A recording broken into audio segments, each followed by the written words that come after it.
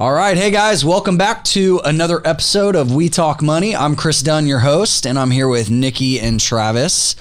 And man, what a crazy past few weeks. Before we dive in, I'll just mention, I think I mentioned this in another video this week, but we have made it back from the YouTube crypto takedown fiasco.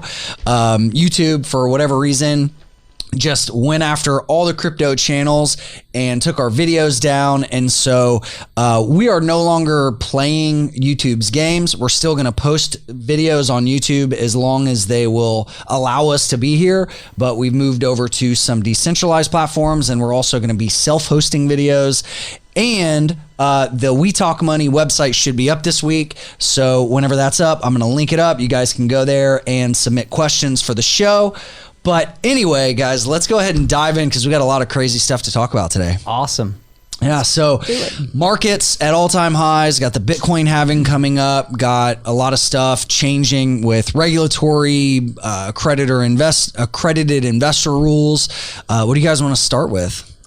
What's going on in crypto land?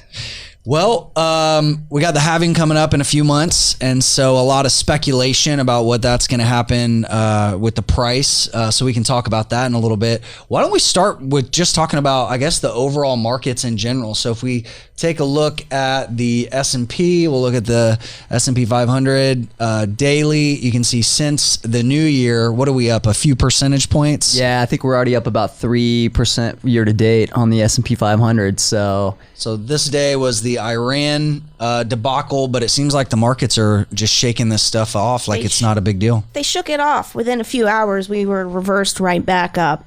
You know, it was funny kind of following Twitter when all of this was happening and everyone, this is going to be it. This is going to be the pullback. And sure enough, we're all just watching it right back up, go green. It's strength wild. Do you think this is like FOMO after people see like, oh, okay, the market's closed 30% or whatever from 2019 positive, you know, okay, we can't sit on the sidelines anymore. What's going on with that? Yep. I'm actually seeing more and more people on just in daily life actually asking about stocks and looking, and you know, I think I saw some data online as well showing that for the first time in a couple of years, investors are actually in their brokerage accounts picking single stocks rather than allocating all their money to ETFs, because investors are FOMOing. They're now like late to the party and they want a piece of the action.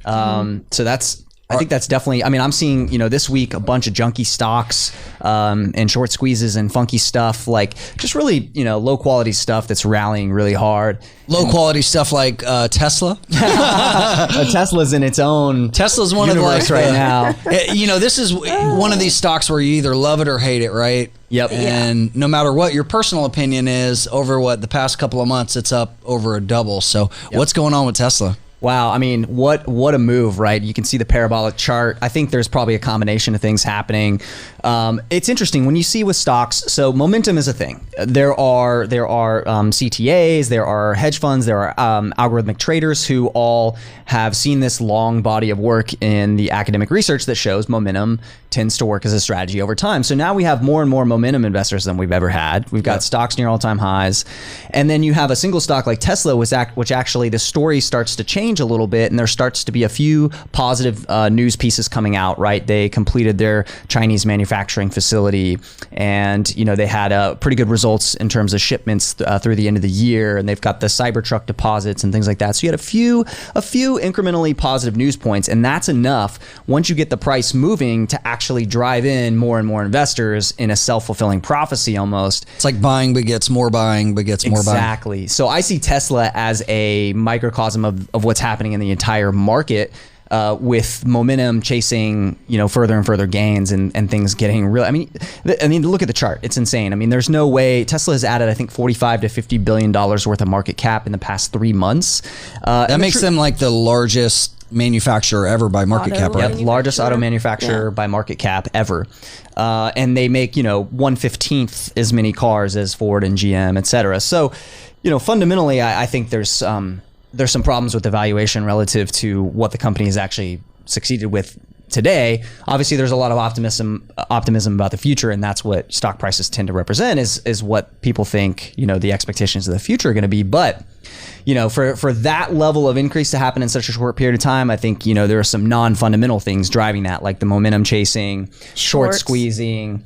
Because did this have a really high short interest? It still does. It's over still 20%, in the 20% right range. around 20% Yeah, I think it's interest? at like 20%. So there's a lot of shorts and that are that's after suffering. some short right now. covering probably already. Yeah. So there could be more ahead.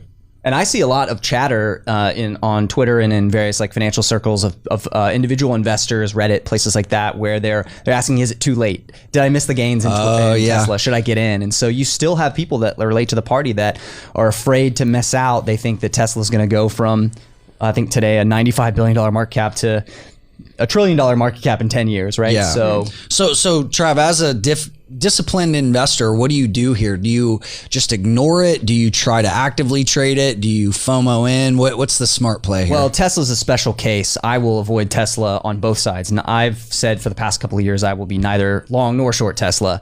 And there's a couple of reasons for that. One, I think there's some black swan risks. There's key man risk with Elon. There's risk even with the Fremont factory still being the number one place they're producing vehicles. So if something happens there, a large portion of the production get wiped out quickly. So there's just some unique risks with Tesla. There's even some questions about some of the accounting practices. They've had a lot of executive turnover. So I worry about some of these black swan risks with Tesla. Obviously, the brand is phenomenal, like Tesla brand and the cars. People love it. Love those cars. And so that would push you towards, if that was how you viewed the stock, you would probably want to be long. But for me, it's one of those. I put it in the too hard pile. So what you're saying is you don't have to invest in the most popular stocks that are being talked about everywhere, right? You can actually avoid those, and that's okay. And we had several of our trades last year doubled in value. So Tesla's doubled in value in 3 months, but we've been in other stocks that have gone up 100% in value over the last year. So it's not like, if you miss Tesla, it's not like you miss the potential to double your money. There are other investments out there that can provide high returns. Safer investments, essentially looking at the fundamentals. Well, and another kind of popular stock I can think about that you did play, and Trav, I'm not sure if you got in, but Apple, right? Yeah. So you bought, Apple is also kind of showing kind of the same insane bullish activity right now. You got in, I believe, down here, right, Nick? Yeah. Yep. And it was right after the 2018 sell off. Yeah. But also something to keep in mind, at least that I pay attention to, is how quickly are we making these moves, right? Yeah. I think this took a year to move 100%. Tesla did it in 3 months? Yeah. To move 100%. So when we think about parabolic action and things moving too far too fast, what goes up has to come down. Like, I always try to keep that in mind. The faster you get there, you have to really think about that. It's such a great point, Nikki, because whether it's stocks or crypto or any other asset class, typically it does not work well to buy at a parabolic top. Yeah. That tends to be when a lot of investors, unfortunately, naive investors lose their shirt, as we've seen. Yeah. We've seen it in lots of data presented where it shows that forward returns are much better actually when sentiment is really low and you're buying. When sentiment's really high, it's like you're relying on greater fool theory, and typically the probability you're going to succeed if you're buying way up there after a parabolic move is very, very low. Yeah, and we see the exact same thing in Bitcoin time and time again, from 2013 when I wrote that first blog post saying, hey guys, careful, this is parabolic. People got pissed. They were like, shut up, Chris, we don't want to hear this. Sure enough, it's down 80% over the next year. 2017, same damn thing. It's crazy because I see the same human behavior, right? Like, these markets grow and they mature, but like, for whatever reason, like, I don't know if it's just new market participants don't know better, or if just the same people don't learn. I'm not really sure, but like, human behavior doesn't change. I don't care what market you're talking about. Yeah. You could take the Tesla or the Apple off the chart, and I think like I could make a decision not even knowing the company with a parabolic chart like that and say like, not for me, not on the long side, probably not on the short side either though, because parabolic charts do have a way of, extending sometimes further than you might even think. Yeah. So okay, so we've got a lot of stuff going parabolic right now. Is there still good opportunity? Are there any value plays or any growth plays that are just beat right now, or is everything too expensive? There's always there's always value plays. There's always interesting stocks that are sort of being ignored or forgotten by the market at any given time. I will say there's less of them now, I think, than, in an environment like we had in December 2018 or, back in a major pullback. But there's some for sure. We have a few that we're watching, and we've actually had a couple of trades on in the last couple of weeks. Anything you want to cover? There's there've been a lot of breakout charts that I've been taking a look at and getting into that Ulta's are showing an fundamentals along with the technical analysis. Like Ulta, Twitter's a breakout chart right now. Abercrombie and Fitch.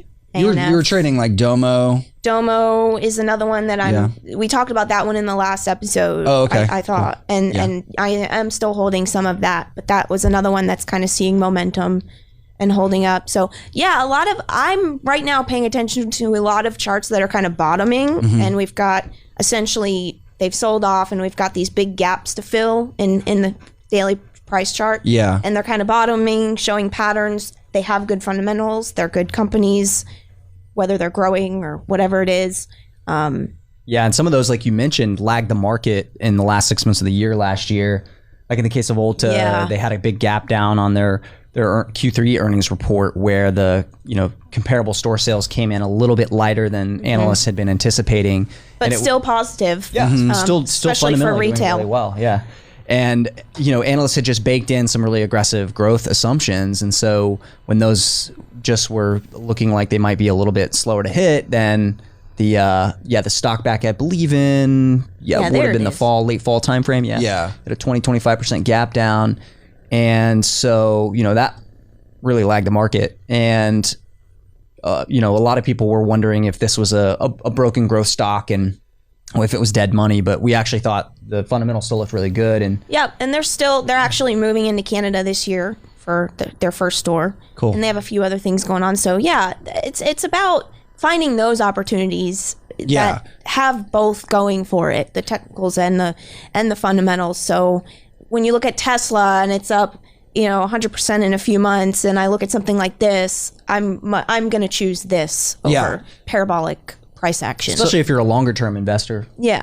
So I guess the lesson is like, don't get caught up in the most popular tickers, right? The stuff that's like, talked about at CES or on CNBC all the time, or everybody's piling into. It's like, go to the sections of the market where not everybody's eyeballs are focused on. I like to, especially when momentum is so extended like it is now.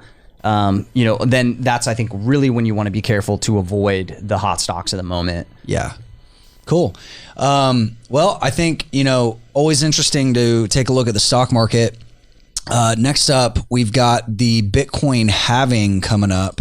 And I wanted to talk a little bit about just kind of my thoughts on price action right now. I know a lot of people are trying to predict what's going to happen by the halving, and let's just pull this up. So it looks like as of right now, the ETA for the next halving is May 12th. And for anybody that doesn't know, the Bitcoin halving is when the block rewards get cut in half.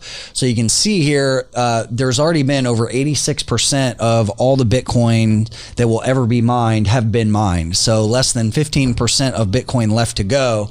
And basically every 4 years you get this cut in half. And so what that is that's actually like bullish pressure on price.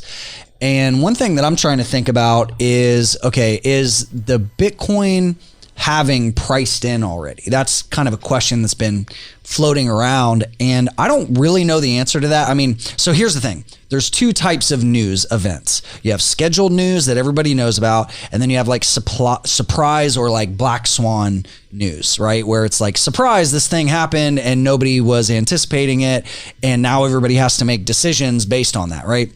The halving is something that people know about. It's scheduled many, many years in advance. And typically it does give a bullish run up prior to that. So for example, the last halving was in, I believe, July 2016, somewhere right around here. And you can see at this point, the market structure was actually bullish. So like we had already bottomed out in 2015 and then started making some nice runs. We were above moving averages. We were making runs and retracements to the upside. Right now, though, being a few months ahead, we're actually on the daily chart not really in bullish territory. So this is kind of interesting. So I'm going to do a much more detailed video on this on my channel here in the future, but just talking about how to know like if you're in a bull or a bear market. And it really boils down, like if you want to keep this really simple, you just look at a 100 period moving average and a 200 period moving average, which is what I have plotted here. And then you look at price structure. You look at pivot highs and pivot lows. And if you're making higher highs and higher lows, and if you're above the moving averages, you can say you're in bullish territory. Where if you're making lower highs and lower lows and you're below the moving averages, you can say you're in bearish territory. Now, this has worked historically really, really well for Bitcoin. Like if you just go back in time, and anybody can test this, if you just pull up like Bitstamp's price action, because it has the longest price history, you can see when you're above the moving averages and when you're making higher highs and higher lows, that's typically the best time to be long, right? And when you are below, that's either when you want to stay away or maybe use shorts to hedge your long positions or whatever, right? So right now we're kind of at this key inflection point around 8K, and you can see we've got just a few months out to this yellow line, which is where the halving is going to take place. So I'm watching around here, right now we've got we've got just a really kind of clear trend line of resistance. We're hitting, the 100 period moving averages as resistance. So it's a pretty key inflection point. Like we're either going to keep trending down, or if a reversal is going to come, I would expect it to come from around here. And then if we start to get some bullishness prior to the halving, that could actually give a run up to that. But I'm not overly aggressive right now. I'm just waiting for that shift to kind of confirm itself. Yeah, that definitely seems smart looking at the price action and the trend. Yeah, because it definitely is at that key area where it could go either way. But how often does the halving happen? Every 4 years. Okay, yeah. That's what I thought. I saw you said 2016. Yeah. Yeah, every 4 years it gets cut in half. Right now I think it's 12 and a half. And so, that's kind of just perpetual bullish pressure on the price action, right? Like the least or the less amount of supply that comes out, the better for the price. Yep. And a lot of people really like to use log charts. So this is kind of a popular thing in crypto Twitter that people look at, is a logarithmic chart, which kind of shows like the exponential growth of Bitcoin. And so this works, and this is true until it's not. Right. It's one of those things where I don't really use a log chart in a day-to-day. I just kind of use the regular chart. But if you look at the lows in Bitcoin's yearly price, like the lowest low each year, almost every year it's been going up. So you do get these like bubbles and these boom and bust patterns, but the kind of systematic growth in price has been very, very reasonable and very predictable in a way.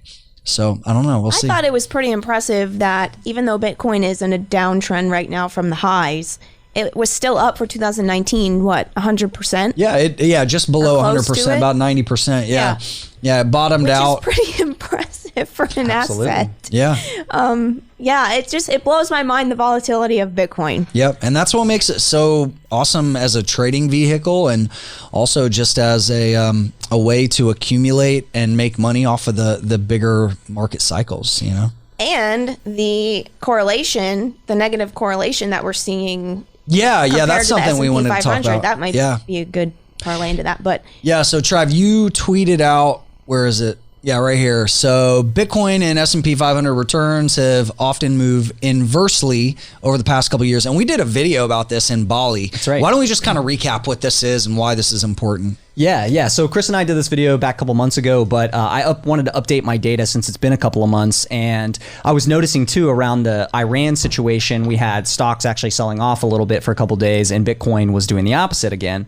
And so, I updated my chart, and really this just shows that stocks as represented by the S&P 500 index and Bitcoin have been moving in opposite directions for much of the last 3 years. And that continued again, especially in late 2019. November and December, you had opposite signs in terms of the percentage returns. Bitcoin was down, S&P was up.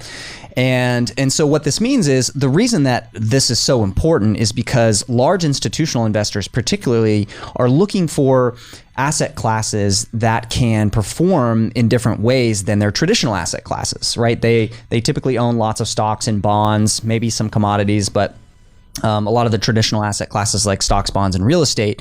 And so when you find an asset class that has positive expected returns, but that is negatively correlated or uncorrelated to the existing assets, when you add that to a portfolio, it actually gives your portfolio better risk adjusted returns over time, which means instead of like having a portfolio that goes up a lot for a couple of years and then has a big drawdown, you just have a smooth growth of the portfolio over time. So the volatility is lessened and the returns are just solidly across the board positive almost every year or every month. And so what's so interesting again with stocks and Bitcoin is that they're showing especially since 2017, you can see here, they've shown actually negative correlation pretty frequently. And so that I think has potential implications for institutional investors to potentially be looking to add Bitcoin to their portfolios over time. For individual investors, it means that, hey, actually us having a portfolio of Bitcoin and stocks can be like a 1 + 1 = 3 type of equation because it can make our portfolios better to have both rather than just have one or the other. Exactly. Yeah, and I know guys like Anthony Pompliano and a few other dudes on crypto Twitter have been showing data like, hey, if you take, big institutional firms and they put 1% of their assets in Bitcoin, this is how it would affect their risk adjusted returns. And it really makes sense. Like the whole, idea of like get off zero, like, okay, you don't have to put your whole, $1 billion hedge fund into Bitcoin, but don't not have, get off of zero, like get something in there because if anything, it's just going to improve your risk adjusted returns.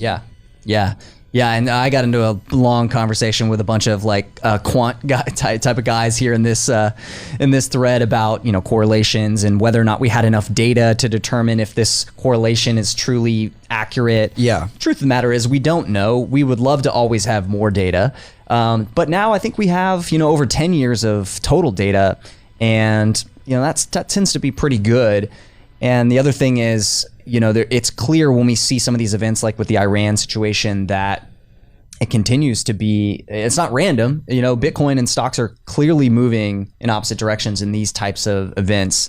Yeah. And so I posted a chart about that on Twitter, I thought it was, or somewhere I posted it. But yeah, to see like the exact negative correlation that was going on during the Iran news that came out last week.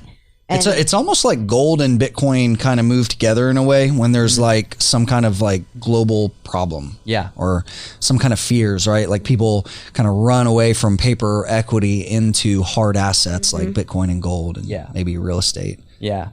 Someone made the point to me, well, in a huge 2008 style event, like everything will sell off. Yeah, that happened to gold and stocks, and it will probably happen to Bitcoin as well. If we have another deep sell off or deep recession, it is likely that some investors are going to have to sell off their Bitcoin to, pay their mortgage or whatever if they lose their job.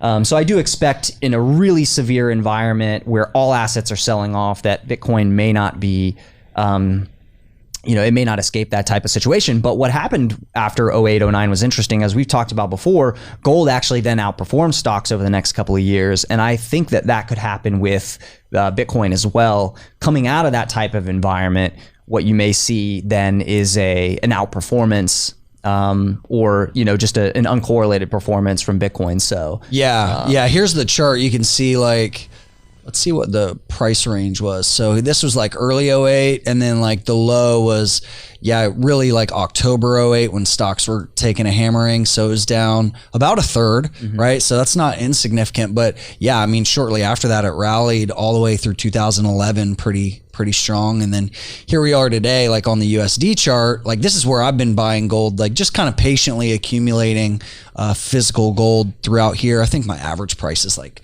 somewhere in the mid 1200s or so. And then last week we had a breakout. This was, I think, on the Iran thing, right? It like spiked up, gap and crapped. So if we look at a daily, there's not really a gap because these are futures, but we had a spike and then kind of a a pullback. But in my opinion, I mean, this price action through the breakout above 1400, that's bullish, like very, very bullish. And if you look at like gold compared to all the other major currencies, so this is Canadian, so new all-time high, euro, new all-time high, pound, new almost, yeah. Had an all-time high, pulling back to it, challenging it again. So gold is definitely bullish right now. Yeah. So interesting. All right. So the next thing I think we've got on the list here is the accredited investor rule. I know this is something that I've been really passionate about for the past few years because I think it's bullshit the way that it's set up right now in the U.S. Same. So here, let's see what the SEC said. So this was late December they came out with this. Basically, they are proposing additional means for people to qualify as accredited investors. Why is it? What does that even mean, Trav? Like, why is it important that people become accredited investors? Yeah. So, 50, 60 years ago, I think it was coming out of the Great Depression and the stock market crash, the SEC was formed, and one of the things that they were tasked with was protecting investors from a lot of like the investment scams that had happened and from people losing their retirement money. And so the accredited investor rule was they came up with this to essentially say you had to be a wealthy individual having $1 million of assets or more, or $200,000 of liquid income per year for multiple years, to invest in certain types of private assets like hedge funds, startups, venture capital. And so what this did was it created this unfortunate like bifurcation between the haves and the have-nots. And so like for instance, rich investors could invest in pretty much anything, whatever they wanted, but individual investors were still only, able to invest in public stocks, ETFs,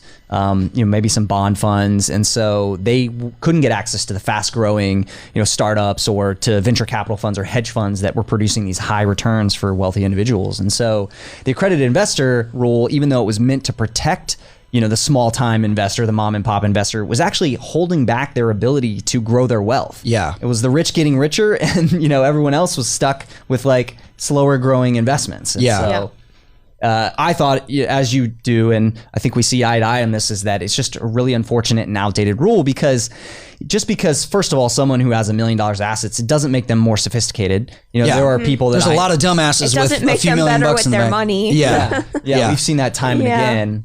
And there were some smaller time investors who, are actually in the industry who are not accredited. It's funny because there are people who work for venture capital funds and hedge funds that, maybe make $100,000 a year, and they're not, they're 24 or 25 and they're sophisticated and they're actually making investments on behalf of their VC firm, but they can't actually invest their own capital in the fund. It's kind of absurd, right? Yeah. So there's these cases of people who should be able to invest and who can't. So it's just an outdated rule. They've never even updated the numbers to reflect inflation, I don't believe either, or maybe they haven't done it in a while. So it just sort of has gotten outdated, and it's time to change it. Yeah. So instead of like, okay, we're going to allow millionaires to invest, let's actually see who's knowledgeable. Mm-hmm. Okay, let's use some common sense here and like say, okay, if you understand how to be a wise investor and not put your whole 401k into one high risk startup, right? Like I get why a government would want to try to protect the little guy, but that protection has had negative implications, which has kept them out of higher growth investments. And maybe, a few decades ago, maybe it wasn't such a big deal because, companies were going public earlier, but nowadays, like a lot of the growth is happening in the private markets. Yep. Yeah. Companies are trying to hold off on going public for as long as possible. Yep. Yes. And yeah. So the SEC proposed this rule, and they've outlined a couple of ways that they're proposing, and this rule will get finalized hopefully over the next 6 to 12 months. They're going to take comments from the public and different inputs, but a couple of the ways that they're proposing to update the rule, I don't know if you want to bring it up, but are to change the some of the asset requirements, but also adding a couple things that would allow someone to get accredited, including, I think the easiest way for a lot of people is going to be to get licensing. yeah, Like new categories of licensing. Yeah, hopefully there's some kind of like real education. Like I know they've got like their Series 7, 65, but it's like I hope they add more practical ways, like where private companies can provide education and be like, hey, here's how you become a wise investor, right? Yep.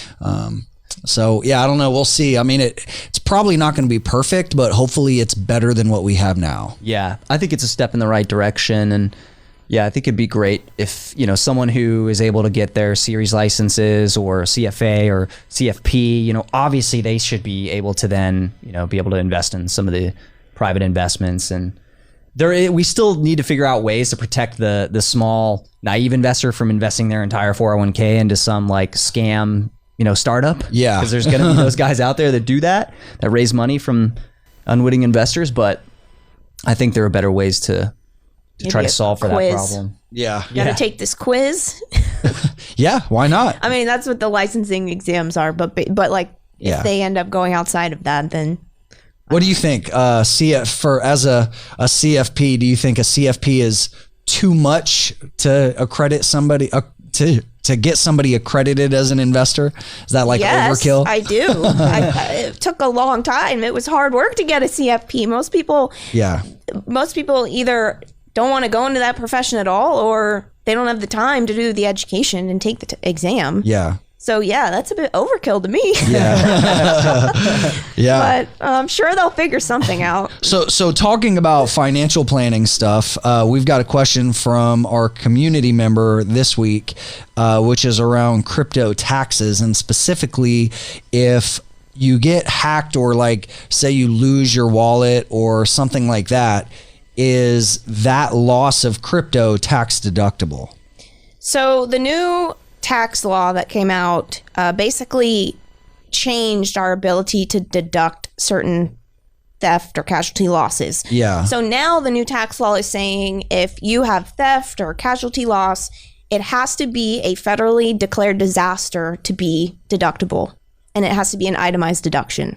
So the short answer is the IRS considers cryptocurrency property. Okay. So like your jewelry, your sound system in your house, whatever expensive things you have, your assets, they consider it just like that. So if your jewelry gets stolen, you can't deduct that on your taxes. Right. Usually people might have insurance, right? You go to your insurance company. If you have a rider on your policy, you can get paid back. Unfortunately, that doesn't exist with crypto. We don't have crypto insurance that we can buy to pay us for our stolen crypto. So, business idea. So no, unfortunately, the new tax law has changed that. And if it was a hack or theft of some kind, it's not deductible. Okay. So I know you wrote this article on Skill Incubator, a few new things to think about with crypto. Mm-hmm. Is there anything else, and we can link this up in the show notes, but is there anything else that's pretty important for crypto investors to know? That are in the U.S., I should say. Well, right? There was guidance that came out about airdrops. Okay. Hard forks and airdrop. Yep. Basically, if there was a hard fork with an airdrop, you may have a taxable event. If it's a hard fork with no airdrop, you don't have a taxable event. Okay. So there's guidance on the IRS website on that, and I can actually get you the link in the show notes, but I know that's pretty common in the crypto space. Yeah, very much so. Yeah. So they finally came out, and because it's so funny because this is all just uncharted territory, right? The IRS is still figuring this stuff out as we go too. Yeah. So that's what they came up with. Cool. All right. Well, good stuff. Thanks for keeping us on the up and up with taxes. I know it's definitely not something that people want to try to skirt under. Cool. Anything else you guys want to talk about before we wrap it up for this week? Coming up on mid-January, going into earnings season next week, I guess. That's right. Yeah, we're going to start getting, actually tomorrow, the big banks like JP Morgan, Wells Fargo, Bank of America, they all start reporting their Q4 earnings. So they kick off earnings season. Now we'll get the bulk of operating companies that are not in the banking sector probably starting next week. You get all the tech companies like Intel, the big bellwethers start to report, and then a lot of the other companies follow them. So yeah, we're gonna have a couple weeks of a lot of corporate news coming out and a lot of big stock moves. Earnings season tends to see big moves both in both directions. So cool. Any predictions? Good, bad, bull, bear? What are you thinking? That's a good question. I think I don't think there will be a big change from what we saw in Q3. I think the companies that are doing well and growing are going to continue that trend. Nothing really changed in the global macro, front. So I think we'll see a continuation of a lot of the existing trends. What I am watching is, the general trend of guidance, because, while we'll get Q4 numbers, it's a really big time of year for forward guidance for the year. So a lot of companies will be giving their estimated guidance for their 2020 full year earnings. And so that's what I'm going to be really focused on is, okay, knowing what they know now as of mid-January, what are companies thinking about how their businesses are going to do over the next year? So that's really what I'm going to be focusing on is what the guidance looks like. And seeing how things move according to that guidance, especially the more depressed stocks that we've been seeing. Cool. Yeah. So just following the breakouts and staying bullish until something changes, I guess. Yeah, but picking your spots, I think you have to be really careful here with some of the FOMOing that's happening, like we talked about, especially in certain stocks where things are getting really heated. Valuation multiples have expanded a lot. We have to keep in the back of our mind, we're coming off a great year. We have still a lot of uncertainty over elections here in the U.S., which could affect the broad market. We've got, still geopolitical. This Iran situation I don't think is fully over. So I think we got to be careful and pick our spots. Yeah, I think there's a lot of euphoria right now. Yeah, I mean, I think people saw that every asset was up last year, basically, right? So so I think it's unlikely we'll see that happen again this year. Yeah, I still think it's going to be a volatile year for price. Cool. Well, lots of stuff to think about, guys. Hope you enjoyed this episode. And guys, thanks for being here with me. Yes. Yeah, thank you. Yeah, we'll have the We Talk Money website up, and you guys can submit questions for our upcoming weekly shows. And now that the YouTube debacle is over, hopefully, fingers crossed. Don't be evil, Google. Yeah. Hopefully we'll see you guys next week. Take care. Take care.